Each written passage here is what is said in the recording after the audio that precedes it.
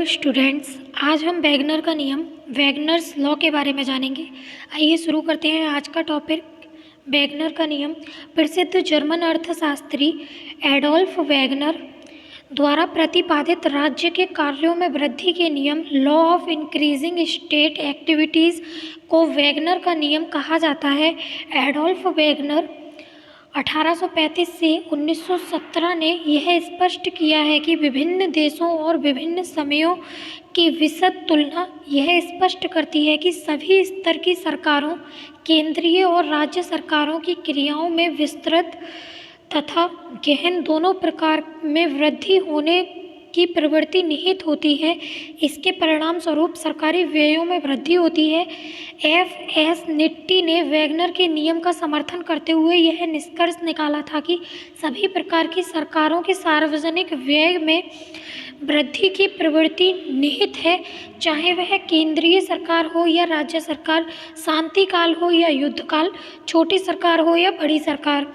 Wagner नियम के लागू होने के कारण सरकार के परंपरागत कार्यों का अधिक जटिल और व्ययी होना। सरकार के 3 परंपरागत कार्य सुरक्षा, आंतरिक प्रशासन एवं न्याय व्यवस्था है। समय के साथ इन कार्यों के क्षेत्र का विस्तार हुआ है और इनको पूरा करने में जटिलताएं बढ़ी हैं और इन दोनों ही दृष्टियों से कुशलतापूर्वक कार्य करने के लिए सार्वजनिक व्ययों में वृद्धि होती है। इस कारण को सरकारी व्यय में वृद्धि का गहन कारण कहा जाता है। सरकारी क्रियाओं का विस्तार सरकारी व्ययों में वृद्धि विस्तृत कारणों से भी हो रही है, अर्थात वर्तमान में सरकार अपने परंपरावादी कार्यों के अतिरिक्त कल्याण एवं आर्थिक क्रियाओं के संचालन के भी अनेक कार्य करती है। उदाहरण के लिए सामाजिक सुरक्षा के अंतर्गत राहत एवं पेंशन व्यवस्था, सार्वजनिक उपयोग की वस्तुओं के उत्पादन में प्रत्यक्ष भागीदारी अथवा वित्तीय सहायता इत्यादि।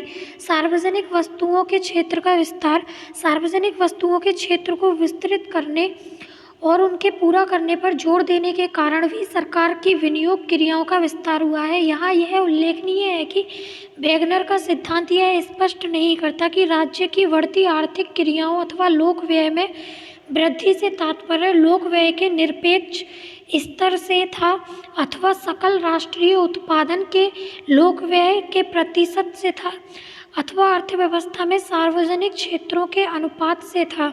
यही कारण है कि वैगनर के नियम को अनेक रूपों में व्यक्त किया जा सकता है। इस संबंध में फ्रेडरिक एल. पियर का कथन है कि वैगनर का नियम इतना अस्पष्ट है कि इसकी व्याख्या कई रूपों में की जा सकती है। इस तरह वैगनर के नियम को विभिन्न अर्थशास्त्रियों ने विभिन्न रूपों में देखा है। यथा पीकॉक एवं वाइजमैन वैगनर के नियम की व्याख्या करते हुए कहते हैं कि इस नियम के अनुसार लोक व्यय सकल राष्ट्रीय उत्पाद की वृद्धि दर की अपेक्षा अधिक तेज दर से बढ़ता है। अन्य शब्दों में लोक व्यय सकल राष्ट्रीय उत्पाद का फलन होता है, पीई बराबर FGNP, तथा सकल राष्ट्रीय उत्पाद के संदर्भ में सार्वजनिक व्यय की लोच 1 से अधिक होती है। इस प्रकार जैसे जैसे सकल राष्ट्रीय उत्पाद में वृद्धि होती है, लोक व्यय में अपेक्षाकृत अधिक तेजी से वृद्धि होती है। मस्ग्रेव के अनुसार वैगनर के नियम को सार्वजनिक क्षेत्र के निरंतर बढ़ते हुए हिस्से या लोक व्यय या सकल राष्ट्रीय उत्पादन से अनुपात तथा किसी देश के निम्न प्रति व्यक्ति आय से उच्च प्रति व्यक्ति आय में वृद्धि के साथ संबंधित किया जाना चाहिए। इस तरह मस्ग्रेव के अनुसार वैगनर का नियम इस धारणा पर आधारित है कि सार्वजनिक सकल राष्ट्रीय उत्पाद बराबर F प्रति व्यक्ति आय। यदि प्रति व्यक्ति आय में वृद्धि की अनुक्रिया के फलस्वरूप लोक व्यय या सकल राष्ट्रीय उत्पाद से अनुपात PE अपॉन GNP में होने वाली वृद्धि का अनुपात, जिसे लोक व्यय की लोच कहा जा सकता है, इकाई से अधिक हो तो वैगनर का नियम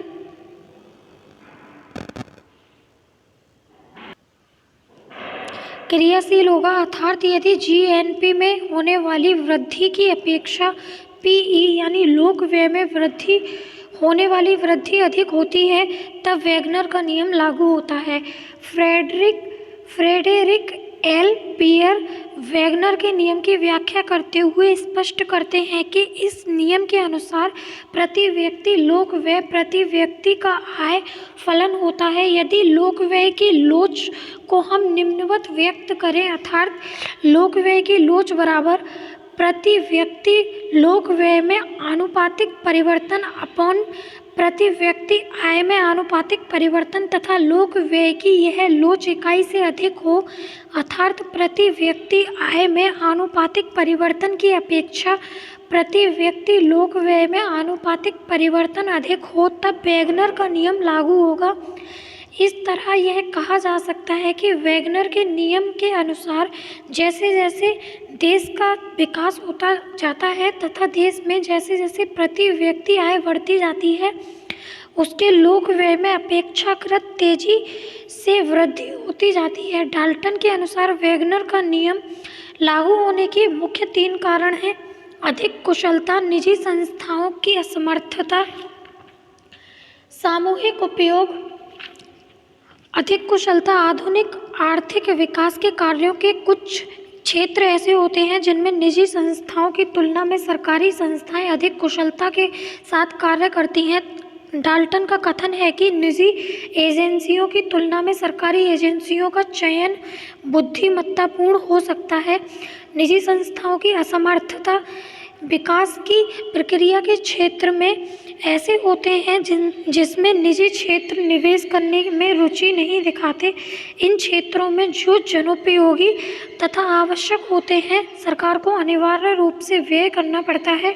इसका एक उपयुक्त उदाहरण बड़े नगरों में जन स्वास्थ्य सेवाओं से संबंधित कार्य है।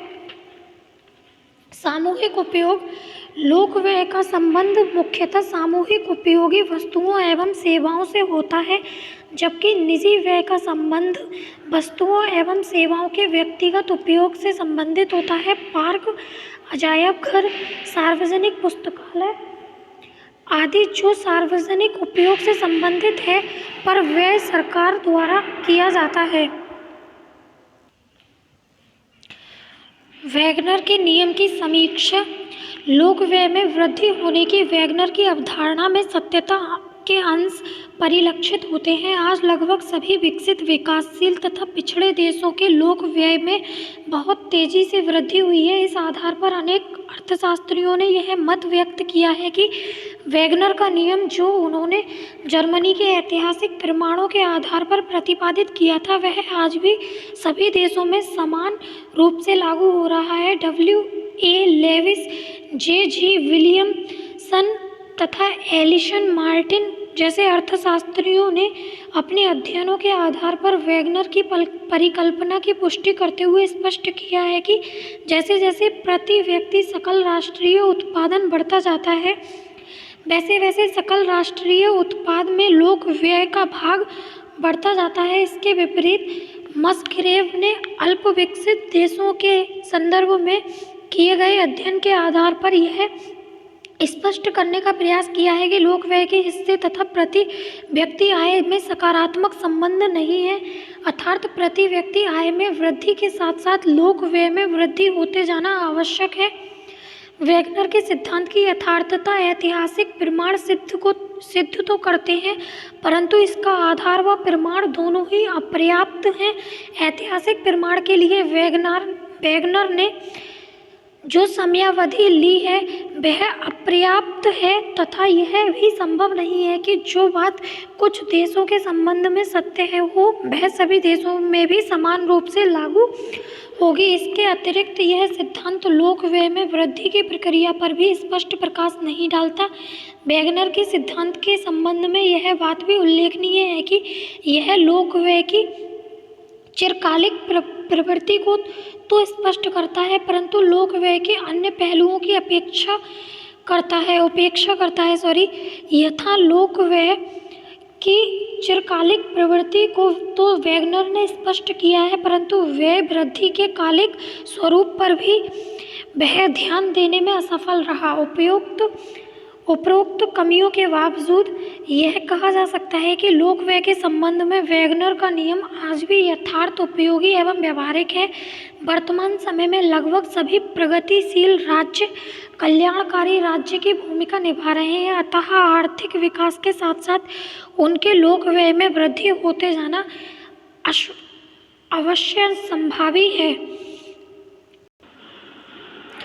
पीकॉक-वाइजमैन परिकल्पना, पीकॉक-वाइजमैन हाइपोथीसिस। इस परिकल्पना का प्रतिपादन यूनाइटेड किंगडम ने एलन टी पीकॉक तथा जैक वाइजेन द्वारा अपने देश में सन 1890 से 1955 तक के सार्वजनिक व्ययों का अध्ययन के पश्चात किया गया और इसका प्रकाशन सन 1961 में the growth of public expenditure in the United kingdom नामक पुस्तक में हुआ। पीकॉक-वाइजमैन विश्लेषण सार्वजनिक व्यय निर्धारण के राजनीतिक सिद्धांत पर आधारित है। उनके अनुसार लोक व्यय के बारे में निर्णय राजनीतिक आधार पर लिए जाते हैं। सार्वजनिक विचारधारा जो मतपेटी के माध्यम से व्यक्त होती है, लोक व्यय के संबंध में लिए गए राजनीतिक निर्णयों को प्रभावित करती है। अन्य शब्दों में लोक व्यय का स्तर जनमत अथवा मतदान द्वारा प्रभावित है। यह कथन यथार्थपरक है क्योंकि वास्तविक जीवन में हम देखते हैं कि लोक व्यय को नागरिक अपने प्रतिनिधियों के माध्यम से प्रभावित करते हैं। चुनाव के पश्चात गरीबी उन्मूलन हेतु किए जाने वाले व्यय कार्यक्रम तथा कृषि प्रतिनिधि विशेष के चुनाव क्षेत्र का विकास इसके उदाहरण है। प्रजातंत्र में नागरिक उन प्रतिनिधियों का चयन करना चाहते हैं जिनसे उन्हें अधिकतम लाभ मिल सकता हो। प्रतिनिधि भी राज्य के व्यय कार्यक्रम को इस तरह प्रभावित करना चाहते हैं ताकि उनका प्रतिनिधित्व सरकार में बना रहे। पीकॉक एवं वाइजमैन की धारणा है कि मतदाता सार्वजनिक वस्तुओं एवं सेवाओं का लाभ तो प्राप्त करना चाहते हैं परंतु कर नहीं देना चाहता। अतः व्यय का निर्धारण करते समय सरकार यह ध्यान रखती है कि संबंधित कराधान के प्रस्ताव पर मतदाताओं की क्या प्रतिक्रिया होगी। इस तरह उनका यह विचार है कि कराधान का एक सहन स्तर होता है। इस स्तर से अधिक लोग कर नहीं देना चाहते परंतु आपातकालीन परिस्थितियों जैसे युद्ध के समय लोग अधिक कर देने के लिए तैयार हो जाते हैं। फलतः सार्वजनिक व्यय में वृद्धि हो जाती है। यद्यपि युद्धोपरांत सार्वजनिक व्यय में कमी आती है, फिर भी वह युद्ध पूर्व स्तर में अधिक ही रहता है क्योंकि युद्ध की समाप्ति के बाद युद्ध के दौरान लगाए गए सभी कर समाप्त नहीं हो जाते तथा कुछ कर लगे ही रह जाते हैं। इस तरह करारोपण तथा सार्वजनिक व्यय दोनों ही पुराने स्तर को नहीं प्राप्त होते बल्कि कुछ उच्च स्तर पर स्थिर हो जाते हैं। सार्वजनिक व्यय की वृद्धि में इन अनिरंतरताओं को ही पीकॉक-वाइजमैन ने विस्थापन प्रभाव की संज्ञा प्रदान की है। उल्लेखनीय है कि वैगनर का नियम सकल राष्ट्रीय उत्पाद के संदर्भ में सार्वजनिक व्यय की दीर्घकालीन वृद्धि से संबंधित था, जबकि पीकॉक-वाइजमैन की अवधारणा मूलतः सार्वजनिक व्यय की वृद्धि के स्वरूप तथा ढांचे में परिवर्तन के विश्लेषण से संबंधित है। पीकॉक तथा वाइजमैन अपने अध्ययन के आधार पर इस निष्कर्ष पर पहुंचे थे कि युद्ध के उपरांत ब्रिटेन की सरकारी व्यय में कमी आई परंतु यह घटकर युद्ध के पूर्व के स्तर पर नहीं आई तथा राष्ट्रीय उत्पाद में सरकारी व्यय का अनुपात युद्ध के तुरंत पहले के स्तर की तुलना में बहुत अधिक रहा।